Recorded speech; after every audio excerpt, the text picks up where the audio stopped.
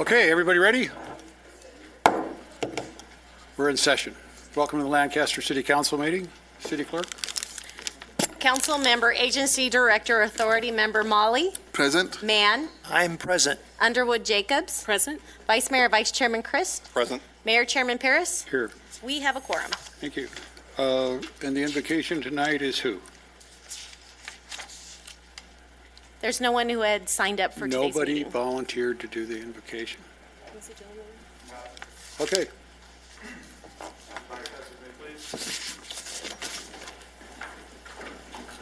Can you come up to the mic, please? Yes, sir.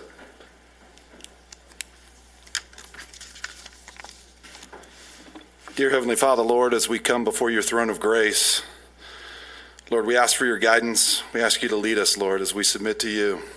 Lord, we know that you ordain government and you've placed these leaders in a position for which to lead the people.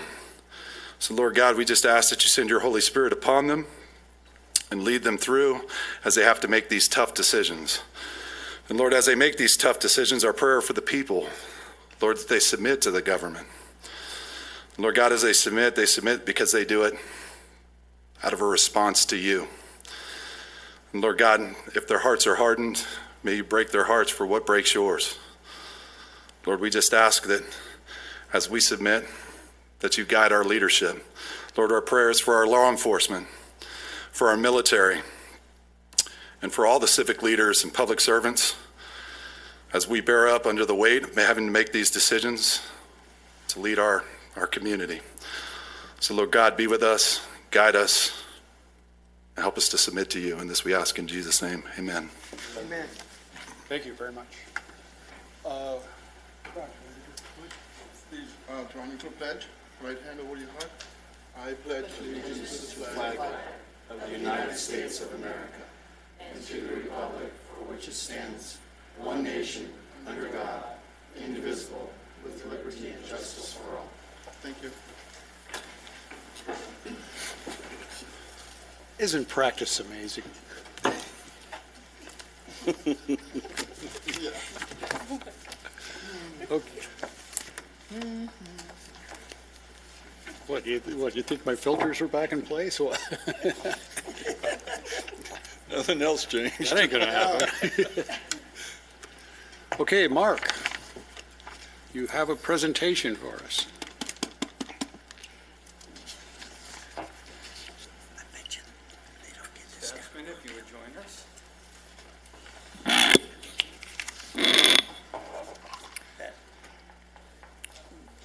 One of the things we're particularly proud of in this city is the financial stability we enjoy, but the transparency and the professionalism with which this city council manages the public's money. That would not happen without exceptional people. And we are blessed with a great finance director in Pam Statsman, who has a great team. And I can assure you that they take every dollar seriously. I've worked for this city for 23 years now. I have one negative thing in my personnel file. It's I did not properly submit a receipt, so I have a written warning in my personnel file. That's how serious they take it. If only every city doesn't do that. No, it really is good, and it's a level of comfort. So I'm going to have Pam explain what she and her staff do. So again, we've received... No. Let's back up. Tell me about this receipt. It was her predecessor, Barbara, who pushed it. Well, we can review it later, I guess. So again, we were awarded the GFOA, or Government Finance Officers Association, Certificate of Excellence in Financial Reporting, and it's for our comprehensive annual financial report for the fiscal year ending June 30th, 2016. So last year, we're about to embark on our next set of financials, and we'll submit for award for that. It is with great pride that we are awarded this certificate. There is a extensive criteria that you have to meet in order to be awarded the certificate. So I'm very proud of the city's effort in its entirety. There are many employees that go into this effort to make this award happen. But I'd particularly like to introduce the finance staff that work long, hard hours to make sure that we have met the criteria and are awarded the Certificate of Excellence. So in alphabetical order, we have Tammy Holliday. We have our soon-to-be retired Patty Galloway. Patty has been with us a number of years. I believe it's 28 years now, and she will soon be retiring and relocating to the East Coast. When did she start? When she was 12? Absolutely. We start young, you know, we mold people. Christine Landis is not here this evening. She is doing her civic duty. She's on jury duty. So she's over at the courthouse. We have Diane Maldonado. We have Lisa Martin, who is in the office, but she's over on the other side of the wall. She is diligently processing our payroll to make sure that we get paid on Friday. We have Stephanie Preston. We have Courtney Unander. And Sharice Wilson. Most of these members make up our accounting team. We have different sections within finance, but the accounting group is the one that's most responsible for the CAFR that we put together, our financial reports that we put together. So I wanted to make special mention of all the folks that made this happen and make you aware that we again have received this award. So thank you. Thank you.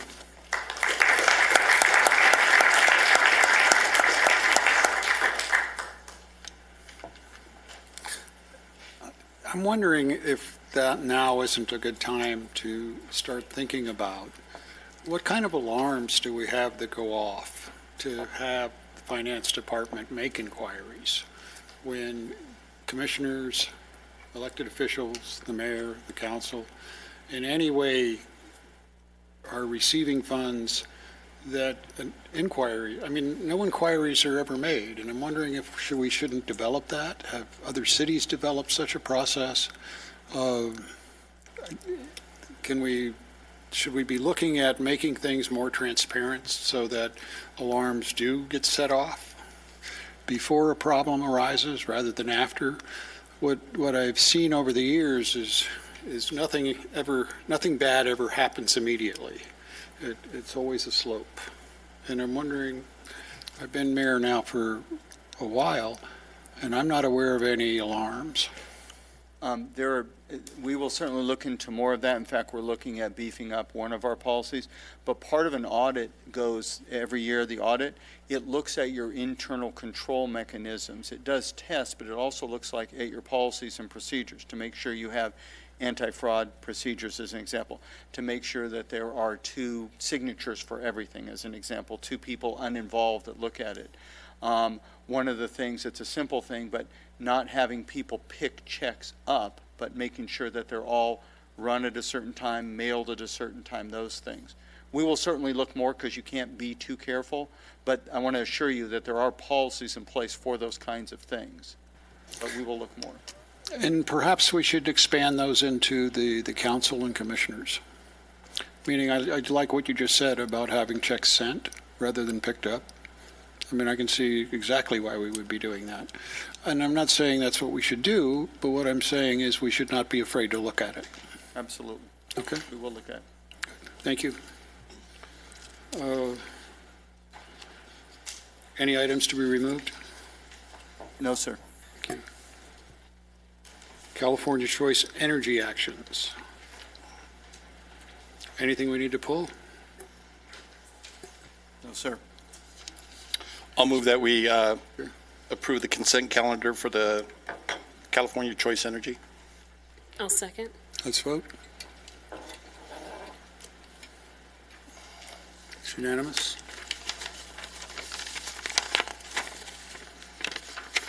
Move to approve the minutes. I'll second that. All in favor? Aye. Aye. All opposed? It's unanimous. We have no speaker cards on the consent calendar, and We're going to remove item number 5. we'll remove item number 5. So I'll make a motion that we accept the consent calendar as currently comprised, pulling CC5. Is there a Second that? Let's vote. It's unanimous, and I'm going to recuse myself on 5 because we own property in the area.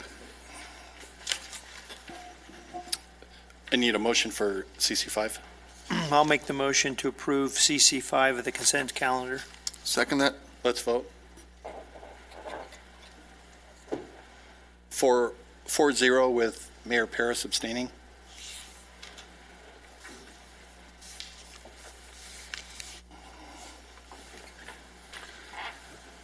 New business 1, LED streetlight installation. Any speaker cards? No speaker cards. I'd like to hear the presentation anyway.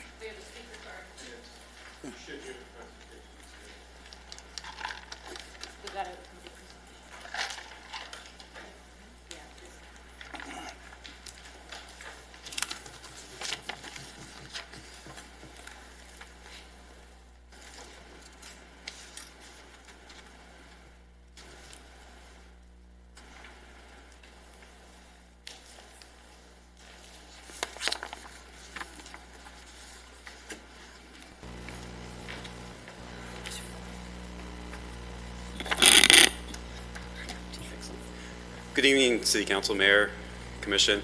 So again, I appreciate you wanting to see this presentation. This is definitely one of the City Council's showcase accomplishments this past year, taking over the ownership and maintenance of the streetlights. The next phase has been converting all of the streetlights over to LED, and we have Gabe Navarez, our Public Works Manager, who's been charged with having this crews go out there and convert all these 18,000 lights. I think they're up to about 7,000 right now. And he's been telling me the crews have been getting a lot of good feedback when they're out there. One of the crews actually told a story where the family members came out and were really impressed with the lighting. And they said that their kids were actually playing out in the neighborhoods more with basketball. So because of the high sodium lights, the yellow, the whiter lights directing down provides a little bit more of a safer visibility. And you'll see that in the presentation. So really want to just give you a visual update. And this is a Development Services Department project. And I really wanted to thank Gabe Navarez, Public Works Manager, Bruce Katz, the Assistant Utilities Manager, Brian Burdick, and Joe Torres, who actually are the ones out there in the heat and at night doing these. So I'll turn it over to Gabe right now. Thank you. Hello, Mayor, Council. My name is Gabe Navarez, Public Works Manager. How are you? Good, thank you. Better now with our installation of most of our, or half of our LEDs. But go to the next slide. You're already half done? We've got 7,234 installed to date as of June 30th. Oh, I have it right there. So how long does it take to flip one out? We do, how many a day, Joe? We've got several crews. We have 4 crews out there, so each light is probably around 15 to 20 minutes, each light. So 4 crews out there working all day is, it's a substantial improvement on what we had previously as far as LEDs, HPS to LED. Okay, so as of June 30th, as I said, 7,234 LED lights throughout the city have been installed. With an aggressive schedule led by Joe Torres, we've been working quickly and efficiently. We've done it in phases. Major arterials were completed first. The second is regional arterials, and third, secondary arterials, and fourth is residential arterials that we are now working down now. So the 3, first, second, and third are complete. The fourth, the residential, we are working on now. So hopefully by September will be complete. End of September will be complete with all the installation. We're increasing. We're reevaluating the areas around the schools and the parks to increase visibility so that the security is increased in that area.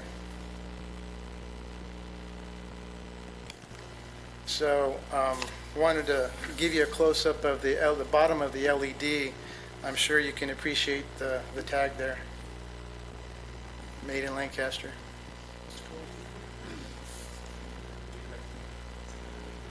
Pretty cool. Yes, ma'am. Okay, the rebates applied for the Heather Swan has been working hard getting the rebates back after the installation of the lights are complete. She works in batches, so we complete a batch of street lights, we go and apply for the rebates. And to date, we've applied for 3 batches, a total of 874,000, a little over 874,000 have been completed as far as the rebates. We've not received all that money, but they're complete, they're approved, and hopefully soon we'll get that money back. But it's going to be a total of 6 batches that will be hopefully till the end of September, to a total of $1.9 million of rebates for the installation of these streetlights.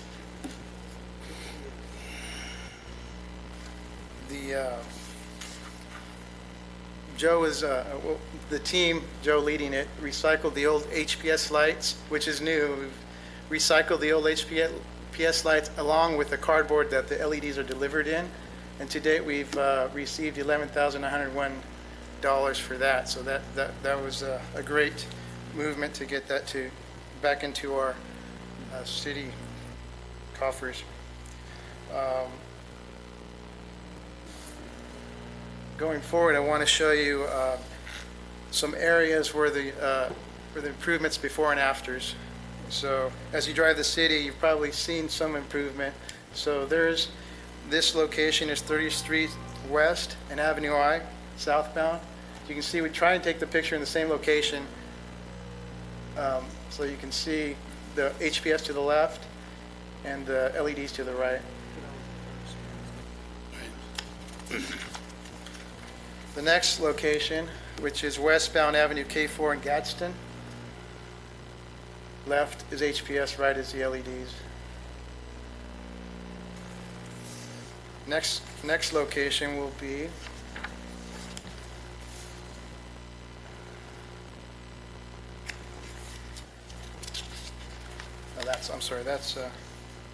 I'm missing a slide. Oh, here it is. K4, Avenue K4, Gadsden eastbound. So left is the HPS and right is the LED. So as you can tell, quite a difference in lighting. So although you don't want kids playing in the street, you could possibly close, but you won't. Okay, and lastly, in front of City Hall, we had half of the street done in LED and the other half in HPS. And as you can see the difference there, it's quite a change and quite an improvement.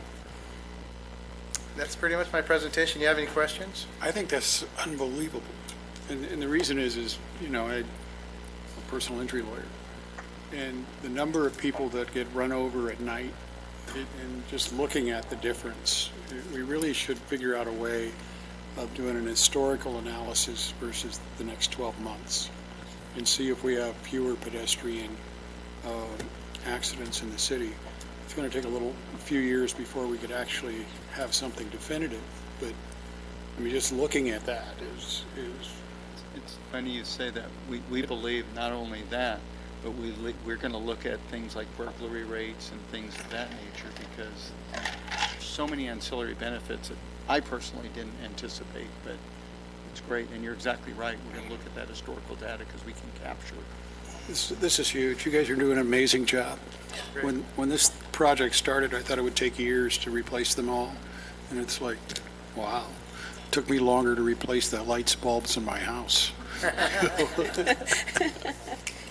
Thanks to the team. You guys, that's amazing. Yeah. One of my favorite parts is we have such a good staff that they don't just stop at anything. Patty Garibay, for example, was the one who researched the Edison rebate program. Not only do we buy lights from them, but the Edison rebate, because they collect money for that. Well, they're no longer doing that program because we're going to take all the money out of it. So we will be the only city that does that. But I'm most proud of the little thing, like figuring out, instead of just throwing the lights away in the cardboard, figuring out a way to make $11,000 so far, when most people would have just thrown it away. Right. So that is really imaginative, and it shows the level of commitment. It is, it's phenomenal. I mean, who would have thought to sell the old ones? That's terrific. I'm sorry. I do have two questions. Could you tell me what is an example of a second and third arterial? And then the second question is, do you share with the public what street lights you're going to be changing out? With the public, we've done, with previously to going out and we reached out to the community and said we're doing the major arterials are the streets with most traffic, major arterials. Secondary are the collectors to that, which is like, example, Avenue K is a major arterial, Avenue J, Avenue I. Right. Secondary is like J8, K8. Okay. And then the residential are the third and less driven arterials. So if you go to your residential neighborhood, probably you and your visitors are the only ones that drive that area. So those are the ones that are we're hitting last. Okay, so you had your majors, your first, second is regional, and the third? I missed the name on the third. Specs lights up.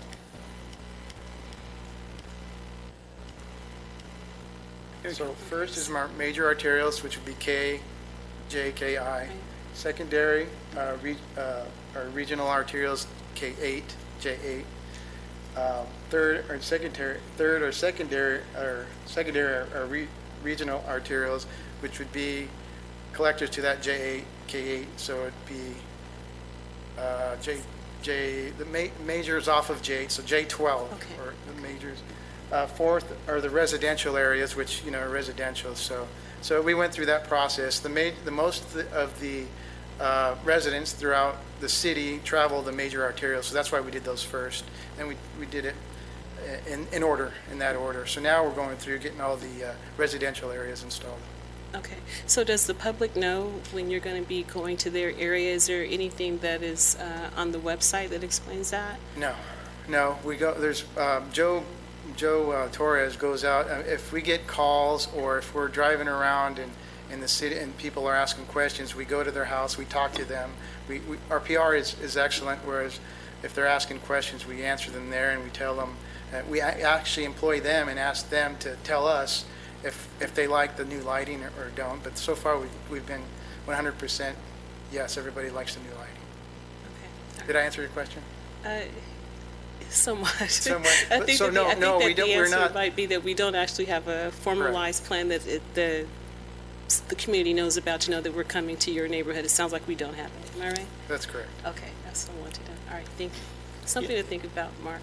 So, go ahead. Do you realize that since at least I've been mayor, this is the first thing we've done at least some people didn't complain about?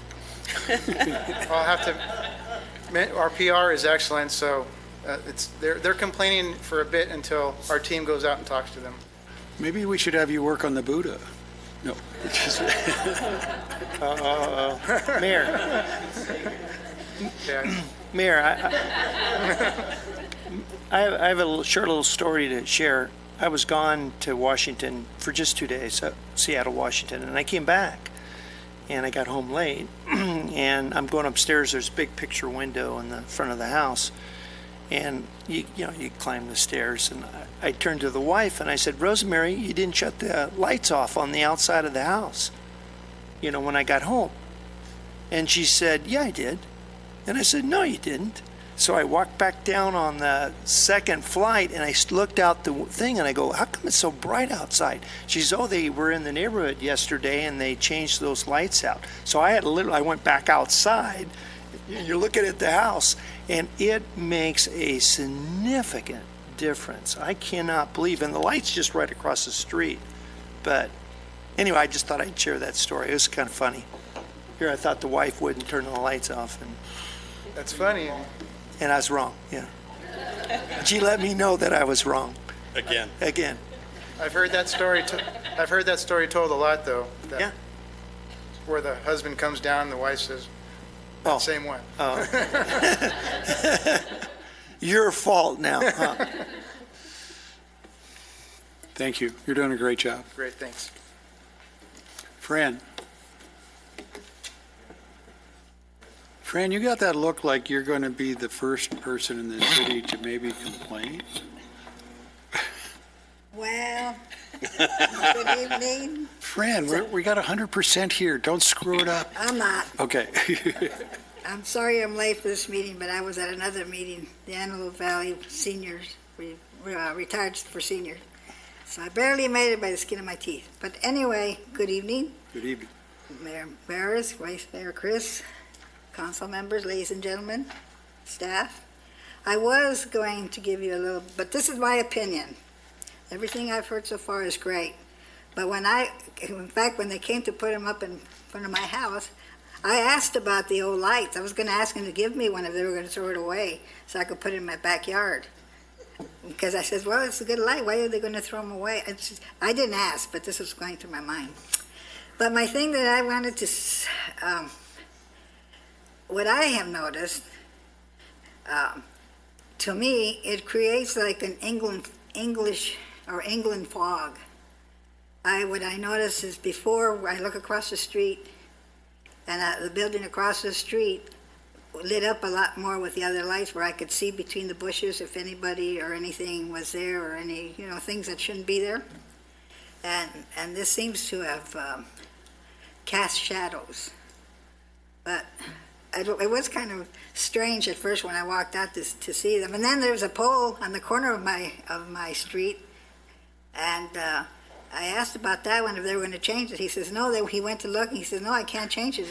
That belongs to the county. These other ones are ours. This one is not. So I'm the only one that has a county light on my corner. But anyway, that's what I wanted to share with you. But of course, that's my opinion, and it's a good job. I thank you very much. Thank you.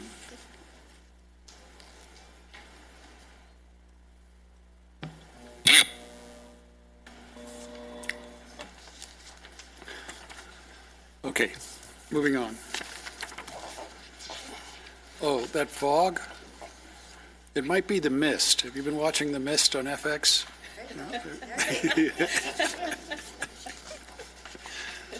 I can't believe how I spend my time sometimes. Amazing.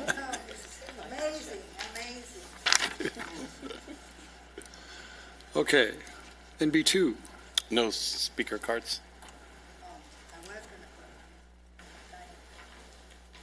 Jeff, we got to do that, right? Yeah.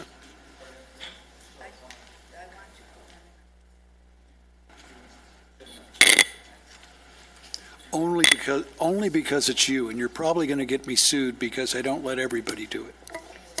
Okay.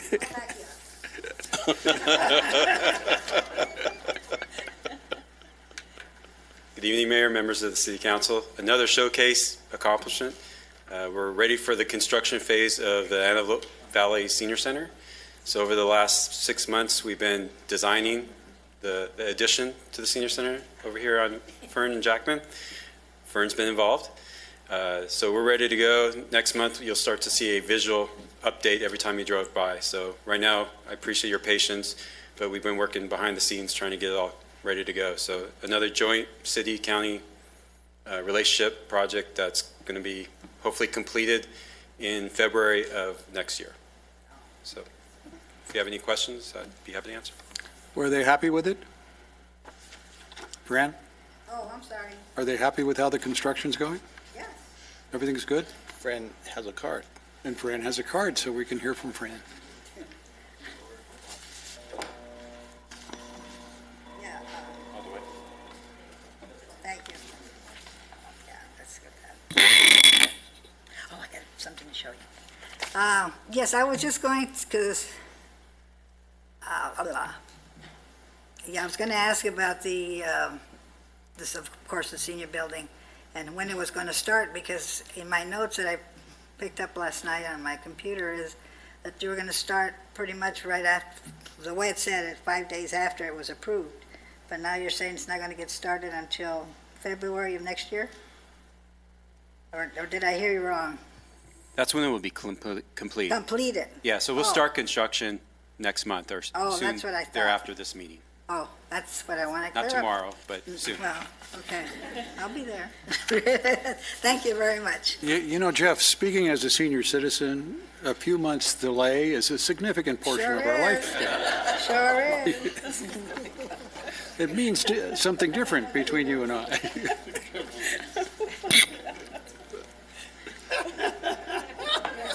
It's true, doesn't it? Look at Ken, don't look at me. Which, Rex is older than I am. Oh, I'm really old. Which, you know, being old, I can say things that I couldn't say when I was younger. And when ideas pop in your head, you can just blurt them out, especially when your wife's not in the audience. Yeah. Could we do a feasibility study on putting misters on the boulevard?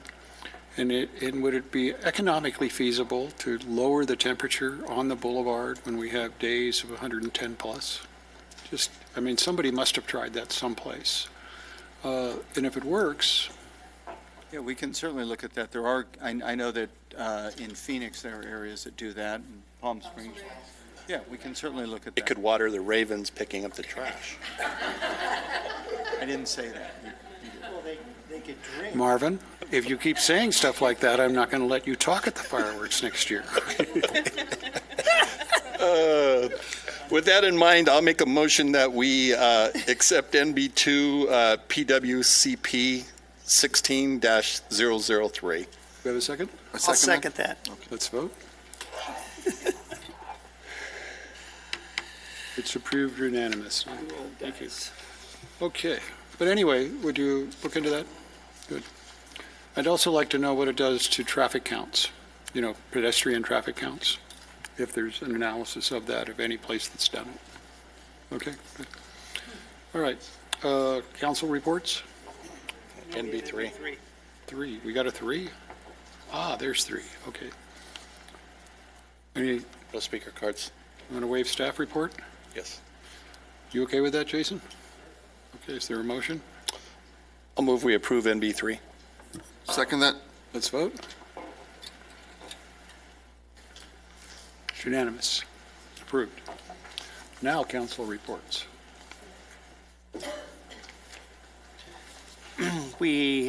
It's been 2 weeks since we sat here. Yeah. You've done nothing? I had a Destination Lancaster meeting that we do on a quarterly basis, and as we start into the new fiscal year, we're moving right ahead with resetting the T-bed for the hotels, and it looks like we got a thumbs up for all the hotels to renew that, so very positive.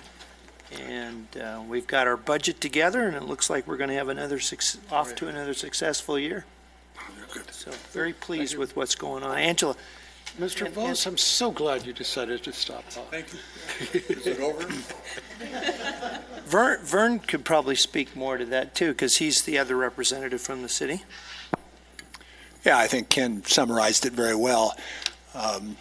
The T-bed, which is surprising, it's been 5 years since it was originally conceived, and so it is by law up. It'll be up in January. And the hotels are actually so happy with the process that they've asked that we extend it for a 10-year period. And so, you'll hear more about that. I think there's actually 3 specific council actions that you'll be taking prior to the January date. But we've had good participation by folks like Ronnie, Mard, and Ken, and then the hotels come, and they're doing well, and, it's worked out very well, so stay tuned. Actually starting to have problems where, as Vern could speak, Monday through Friday, there is not a whole lot of vacancy in Lancaster. Maybe somebody ought to build a hotel.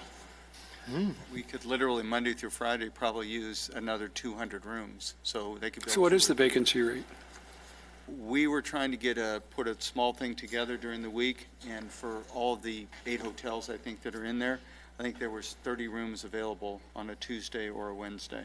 So that'd be a 90%, probably more than a 90% occupancy rate. There's one hotel planned, as you know, that should be coming shortly to the downtown area, hopefully, and we're talking to another developer. But it's not, with the Northrop contract and such, it's not going unnoticed that the Valley is hotel short. How's the occupancy on the weekends? I'm sorry. The weekends aren't as the high of the occupancy, so that's why you'll see sports tournaments, sports tourism during the weekends, because Correct. that will help the hotels fill during the weekends. Yep. But the week is where it's compact. And that's where we're spending the bulk of our, when you're trying to marketing, you're trying to get people to stay over, not leave, stay another night through the weekend. And then we did some very strategic studies in regards to, and so that's where we're targeting predominantly all the marketing money, trying to make sure that, because obviously the goal would be to have 100% occupancy 7 days a week. So, Well, if a hotel runs at 40% occupancy, it'll be profitable on average. And I'm wondering what we're doing to market this out there to get other developers in. I mean, that's an incredible occupancy rate. We should be jumping on this. We also probably should look at the bed tax again and see how it compares to surrounding areas, what the impact would be if we raised it, what the impact would be if we left it alone. Okay? But I had no idea we were running that occupancy. It was sort of shocking to all of us, and I think a lot of it has to do with, and Ken can speak to this, that during the week there are a lot of people, not just aerospace, but sometimes doctors, lawyers, construction, Correct.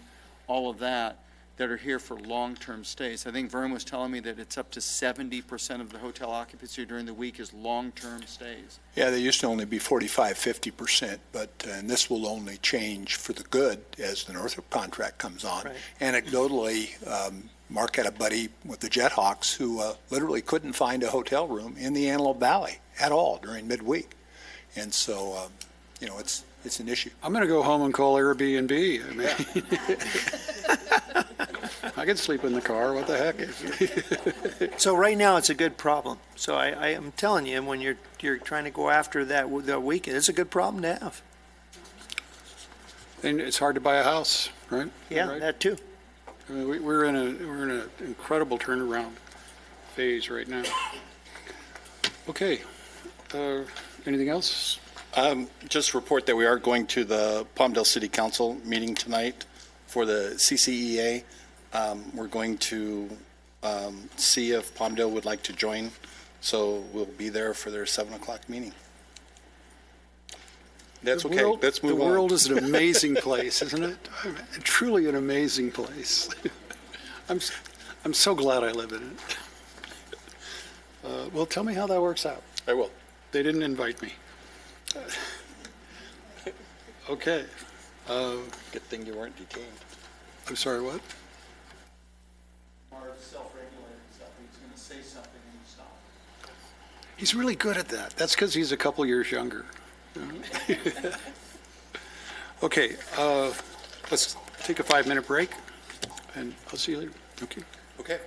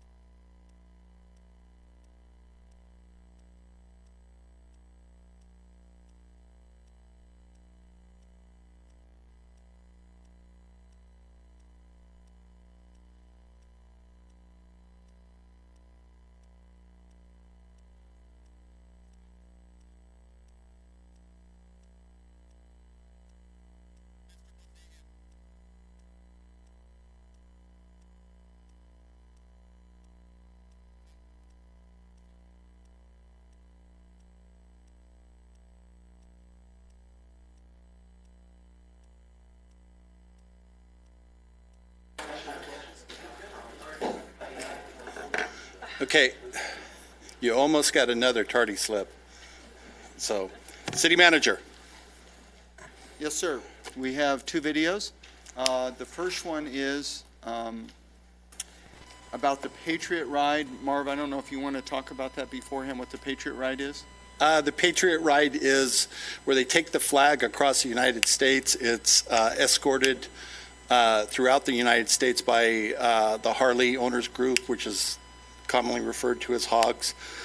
Each community that raises over $1,000, that community gets to keep the portion that they raised to spend in their community. Otherwise, if it's less than that, it goes into a general fund and spent throughout the entire United States. But the flag goes all over. It came to Lancaster to our local Harley-Davidson dealer on Monday, came through at 9 o'clock.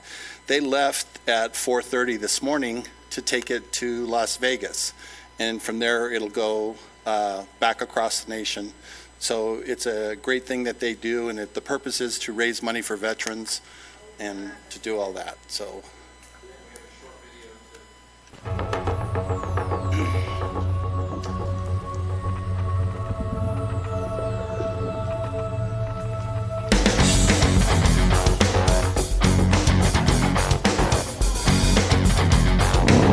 Harley-Davidson represents what the city's about. Being part of the city, it's about raising money for children, it's about raising money for veterans. This is a good example about what Harley-Davidson does, not only in Lancaster, but around the world. It's a great day. It's a great day for the Antelope Valley, and we have great veterans here, so we can't do enough to thank our veterans. This is an annual event. It's Nation of Patriots. It's in honor of all of our veterans, past, present, future. It's a 14,000-mile ride, goes through 48 different states. And Antelope Valley Harley-Davidson, for the second time, I'm proud to say, and the second time for me, is the honor of riding this flag out to Vegas tomorrow morning. That flag has actually left Milwaukee, Wisconsin about 50 days ago, and it's on a tour. It's going to hit all the lower 48 states, and it's a fundraiser to give back to veterans. Each region that actually raises money, they get to disperse it into that region. So all the dealerships, if they've raised $1,000 or more, they actually return it to the veterans in their local area. So tell me about your passion for the tour. We were given a gift of a cabinet, but we wanted to do something with the cabinet and raise money for the fundraiser for the Nation of Patriots. The last person who utilized this cabinet has passed, and he was a Navy veteran. And when we moved the cabinet, 2 of his Navy pins fell out of the cabinet. So we put a memorial with his 2 pins up here. Makes you feel great, but you know, it's always, this valley always opens up every time there's something like this going on. You know, it's they're ready to take and help.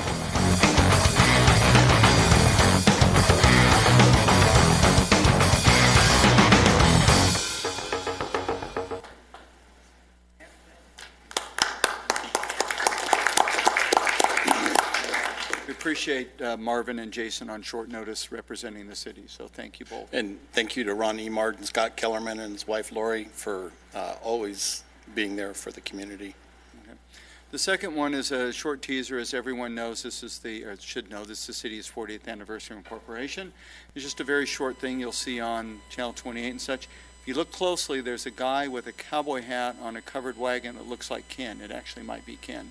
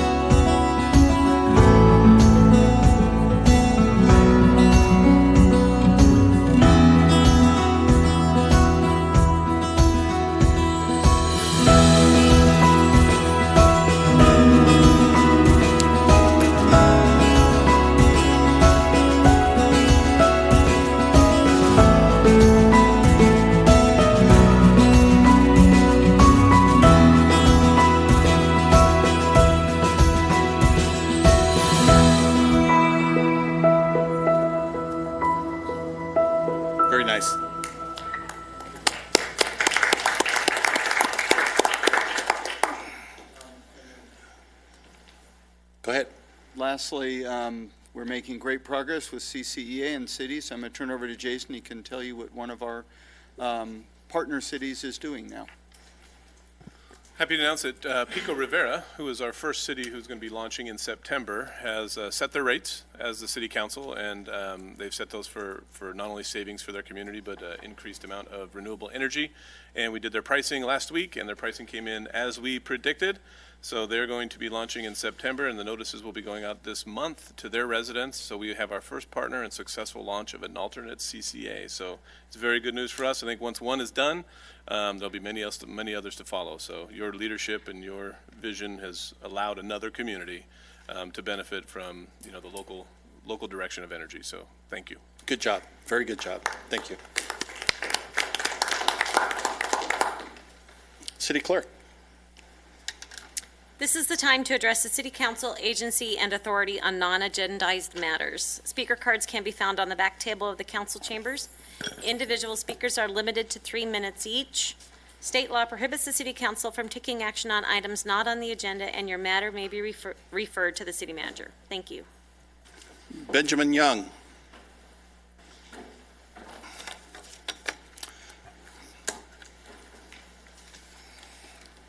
Mr. Vice Mayor, members of the council, ladies and gentlemen in attendance, I thank you for allowing me to come and talk to you guys today. I am a student at the Antelope Valley College in my Political Science 101 class, American Ideals and Constitution. My teacher has requested that I come before you to ask some questions, and I'm actually going to direct this to the Vice Mayor, Mr. Christ. I'm sorry, did I pronounce that wrong? Is it Christ or Christ? Christ. Christ. Thank you, sir, for your correction. How did you end up becoming a politician and running for the vice mayor position at the city of Lancaster? I think it's about participation in your community. I think all of us that sit up here have participated greatly in the community, and you see that you have to give back to your community. You don't get to sit up here and take, but you have to give back. You have to give back your time. You have to give back your knowledge, your effort, and all that. So all of us, Ken sat on United Way, other charitable organizations for many, many years. I know Raj sits on like the kids' charities and that. Angela sits on Board of Trade and business-wise. So we all have our little niches in that what we do and how we do it, but it's all about giving back to the community. And you have to have that passion to give back to your community and make sure that your community is a better place than when you got it. All right, thanks so much for your service, and I'll see you guys maybe next week or 2 weeks. Have a good day. Thank you, Benjamin. Is it Mr. Kang?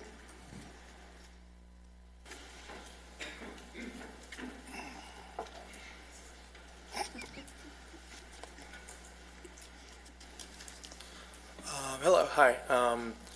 To the Vice Mayor and members of the council, my name is Kellen Chan Kang, and I'm a student from Antelope Valley College as well, from political science class. I have a question for the Vice Mayor, and what do you like the most about your work? I know maybe a quite generic question, but the diversity of it. You get to help negotiate multi-million-dollar contracts, and then the next minute you have to make sure that there's not illegally parked trailers in someone's front yard.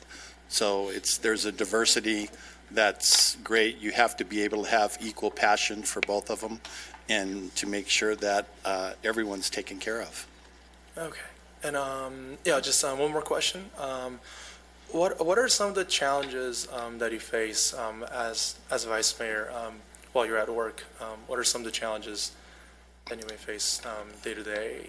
Well, the challenges that I face is there's not enough time. There's not enough time to do everything that we're supposed to get accomplished. And if everyone understood and participated in the government, I think they would understand more.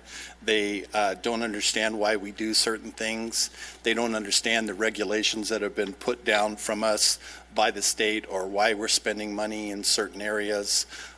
So we're supposed to spend transportation money in this particular area, and so we're putting $10 million in that area because they gave us the money to spend in that area where we have potholes in other areas. So I understand the frustration, but if people actually saw why we do certain things because we're regulated by other people, then I think they would understand it. So that's the biggest challenge that I have. Okay, thank you so much. Thank you. Stephanie Gonzalez.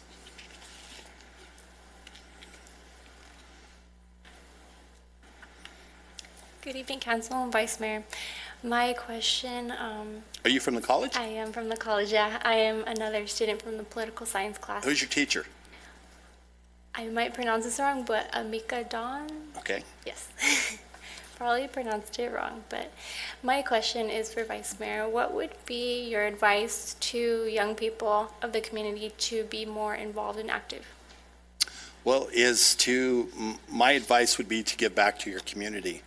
Everybody here started from the bottom. They started giving back at different charitable groups. We have an enormous amount of charitable groups that you can give back to.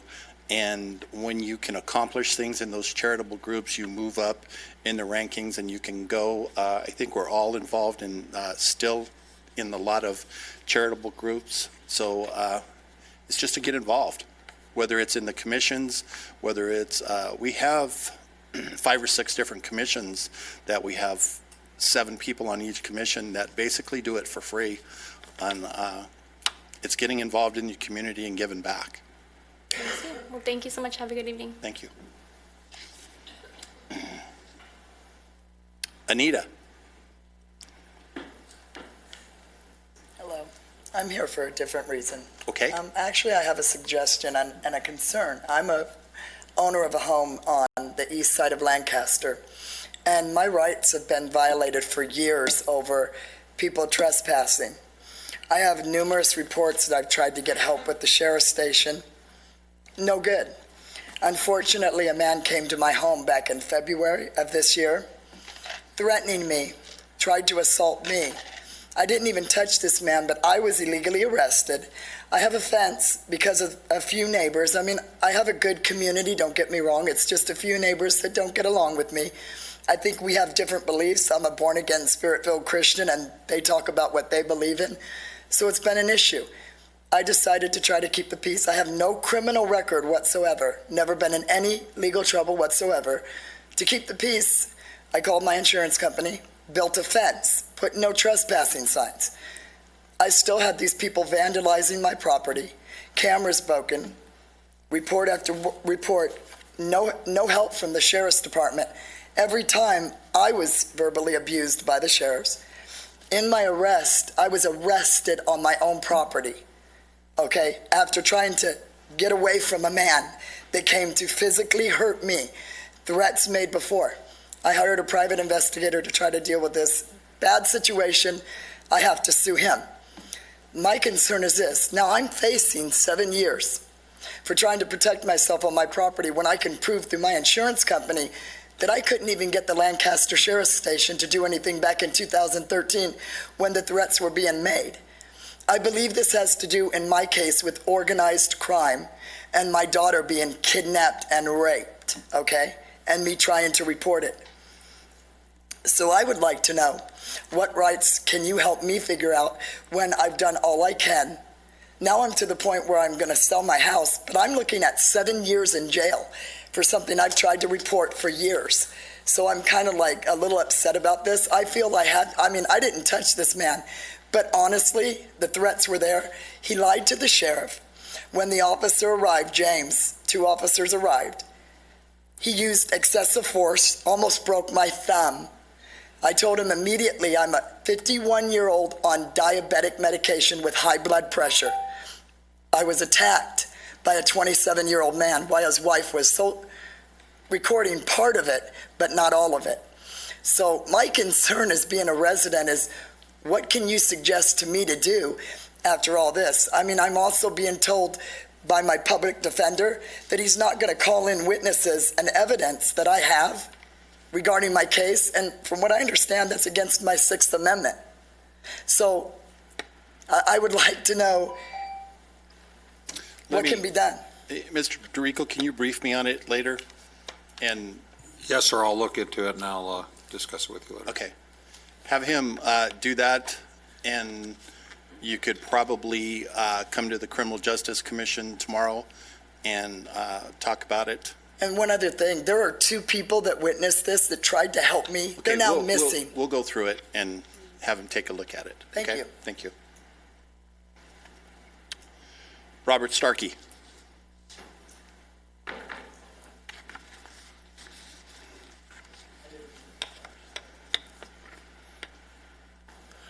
Good afternoon, Vice Mayor, council members, and city employees.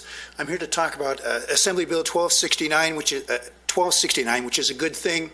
It'll become law July 1st, 2019. It enables California Department of Fair Housing and Employment to enforce the mobile home residency law and all California state ordinances to that effect. It's just a good thing, and I just wanted to mention that it's coming down the road starting July 1st of 2018. The mobile home parks in the city will start charging a $5 fee per unit to the residents to pass along to start paying for this. It's just a good thing because I don't want people to go through what I've gone through, including today when we had to have the police out and someone charged my wife, had to get the police involved. And we actually have reason to believe when we leave that the security company of our park will not let us on the property. So I just want to say this, it's a good thing coming up and will prevent people from having that same thing happen to them. Thank you. All right. Thank you, Robert. Allison, can you brief us on that, on what the 1269 is? 1269 is a bill that's pending in the legislature. I'm checking it now. It doesn't yet appear to have been signed by the governor, so not yet law, but it is a proposal that is before the legislature at this time. So if it moves down the path, I'll definitely bring you up to speed. Just keep us informed on it. Will do. Fran.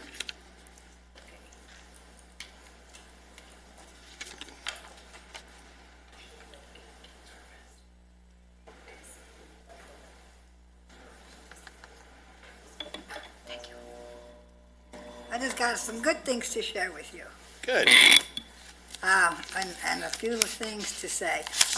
On the library, the commission you have on doing something with our library, Lancaster. Right now, I have one suggestion. We do need more computers there. Okay. And then also, I mentioned this to Catherine Barger at the supervisor meeting a few weeks ago. I put it to her, I said, Courts Hill has built a skate park, and they were given $3.5 million to do this. Palmdale has built a skate park. Part of it was paid by Palmdale, but part of it was paid by the county.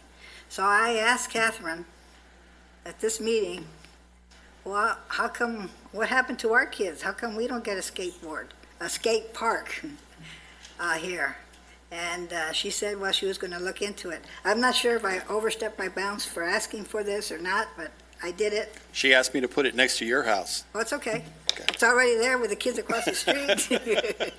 So that's okay. I hear there's good lighting over there. Yeah, good lighting. Also, I wanted to share this with you. This is, and I'll read it real quick. It just says, I wanted to give you an update on our previous conversation. We did receive a request to have the pickup and drop-off location moved closer to the main entrance gate at the fairgrounds. I wanted to let you know that we appreciate your concern, and we moved the pickup and drop-off location near the W. Hunter Pavilion, near the handicap drop-off. And so access will be picking us up inside the parking area and dropping us off there. That's what you asked for, right? Yes. Okay. And then I wanted to kind of share this with you. I don't know if you know who Weingard is. Mr. Weingard? Well, It's a real quick story. This man, I met him when I had my business. He's I know, wait, just give me a half a I second. told her, turn your timer off. Oh, okay, I thought you were cutting my throat. No. I met this man, he's passed away now. When I met him, he was in his early 80s. He was, and I didn't know this, I knew he was a very wealthy man and a self-made millionaire. He came from an orphanage and did it all by himself to be the most prominent millionaire in Los Angeles. He's the one that did Lakewood from the ground up. He's the one has Junior Realty, and he's the one that does a lot of good work for the homeless in Los Angeles. That's what he has his office actually there. Now it's a big foundation, but I just wanted to share that with. I came across it. I knew this man, so I'm going to go talk to him about stuff around for us. So I thought I'd share that with you real quick. I got something else. I wanted to share. I don't know, like maybe I should bring them up there, whatever. These are pictures of when your maintenance crew fixed the sidewalks on Jackman. When I asked them, I thought they were only going to cut off a little piece of the cement to fix some of the bad cement. Well, they tore up the whole thing and put on a whole new sidewalk all the way around and even to my neighbor's house. So I took some pictures and I thought maybe you'd like to see them. These should be in the paper. So, Good job, friend. Thank you. you see anything else? No, I guess that's it. I guess that's enough, huh? Thank you very much for listening, and good night, and God bless you all. Okay. Ms. Brown, you're going to talk? Yes, I am. Okay. Oh, one more quick question, real quick. Okay, Brown. Have you guys decided on the commissions for the homeless and for the health? We're still working on it. Okay. Don't forget. I think your name's at the top of every list. David, while she's getting ready, you want to speak? David Paul? Sure.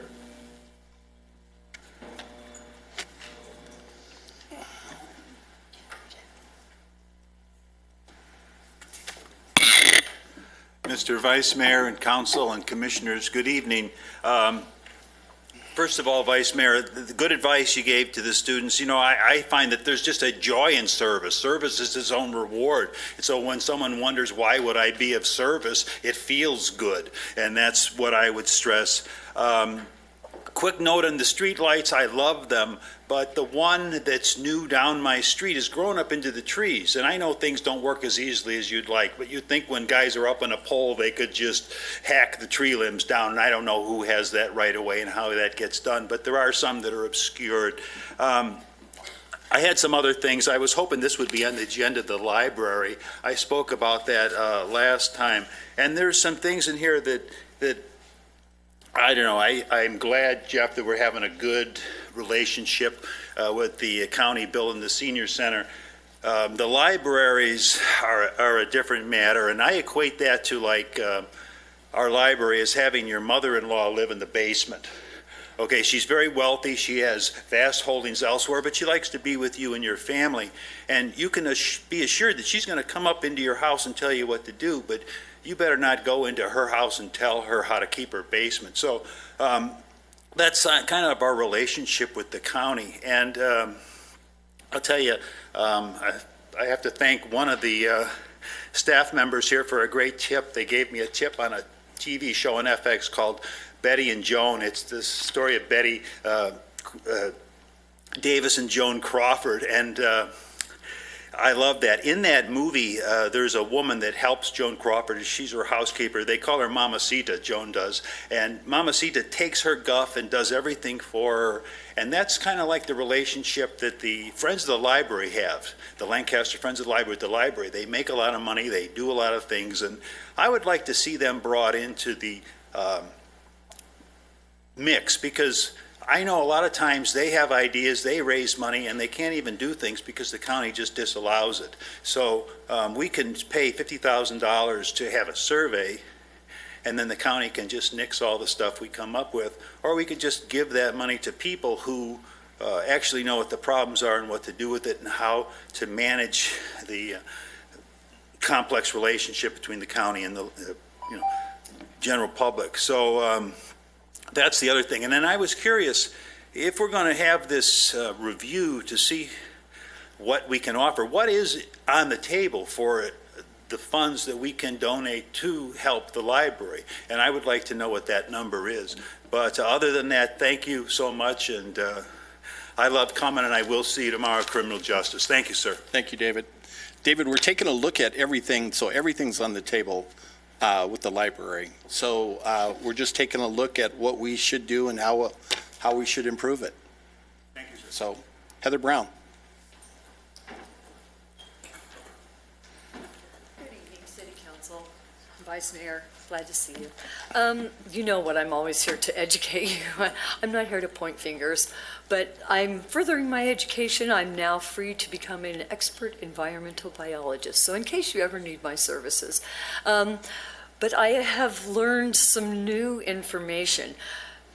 I'm not going to say that it was a bad idea, but once you take an area, pull up all the vegetation, put down rocks and dirt, and cover it with just basically non-living things, desertification, once it's done, you can't undo it. In other words, nothing will ever grow there. Once it becomes a desert, it can never grow back, never come back to vegetation.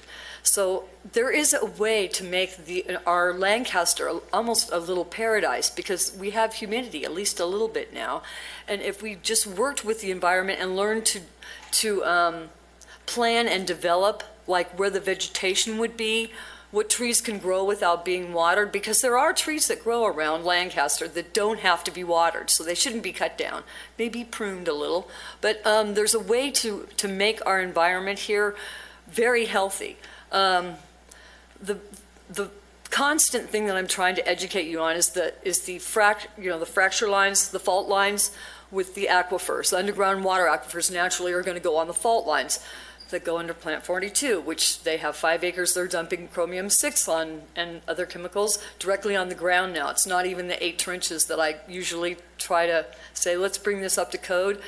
And I don't want to sue anybody. I don't want any money for it. I just want them to fix it.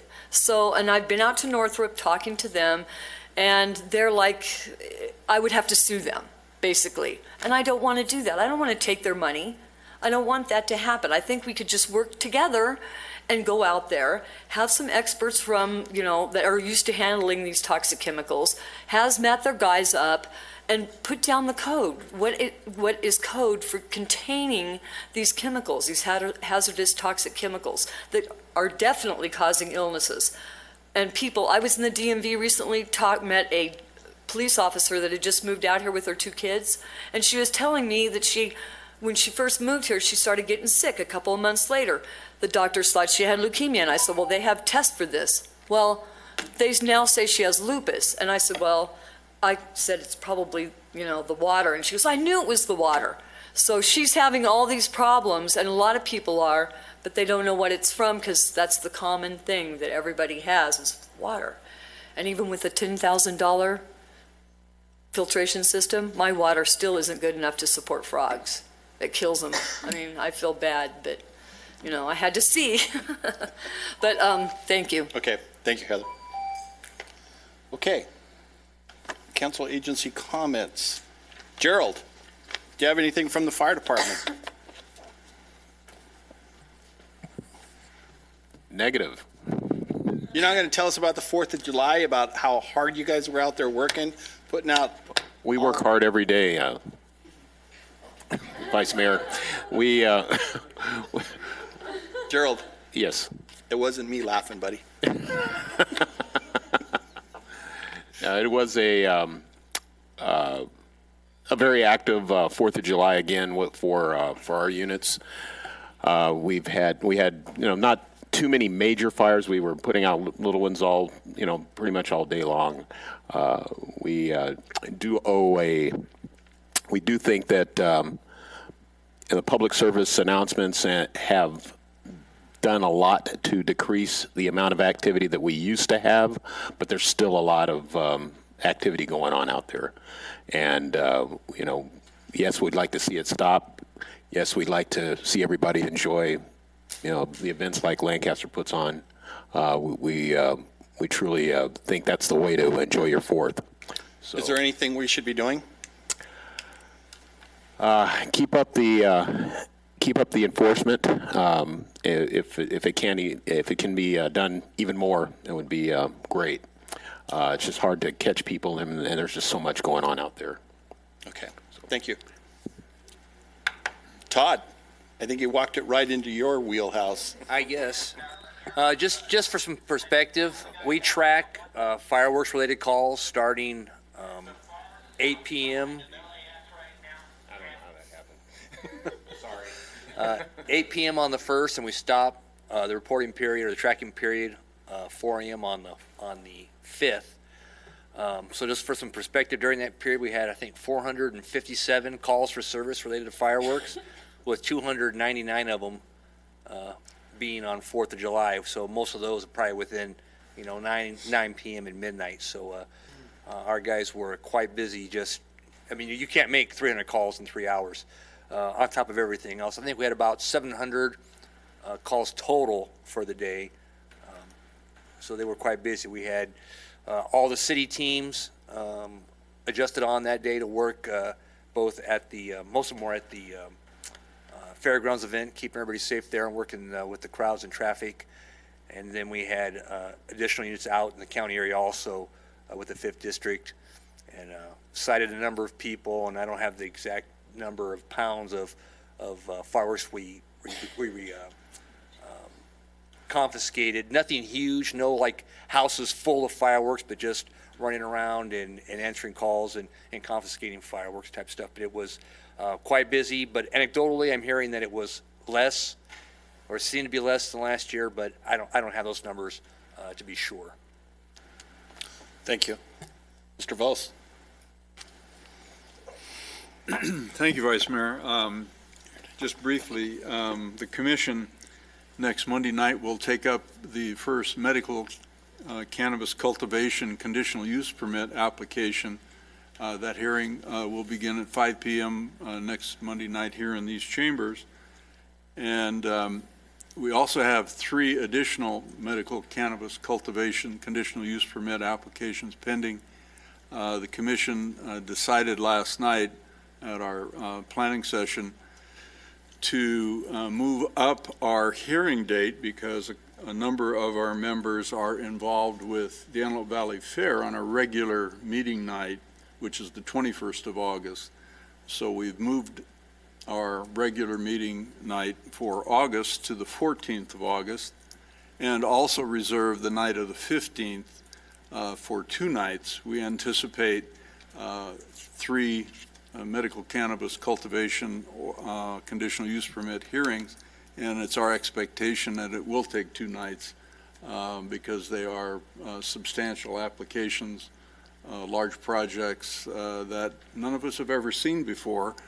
So we'll all be on a learning curve, starting with our first one next Monday night. Thank you, sir. Lisa. Turn your mic on. Here you go. Don't have anything at this time. We have our meeting tomorrow at 10. Okay, thank you. Raj? Good. Angela? Yep. Ken? Okay. Thanks, everybody. We're going to go to Palmdale. Meeting adjourned.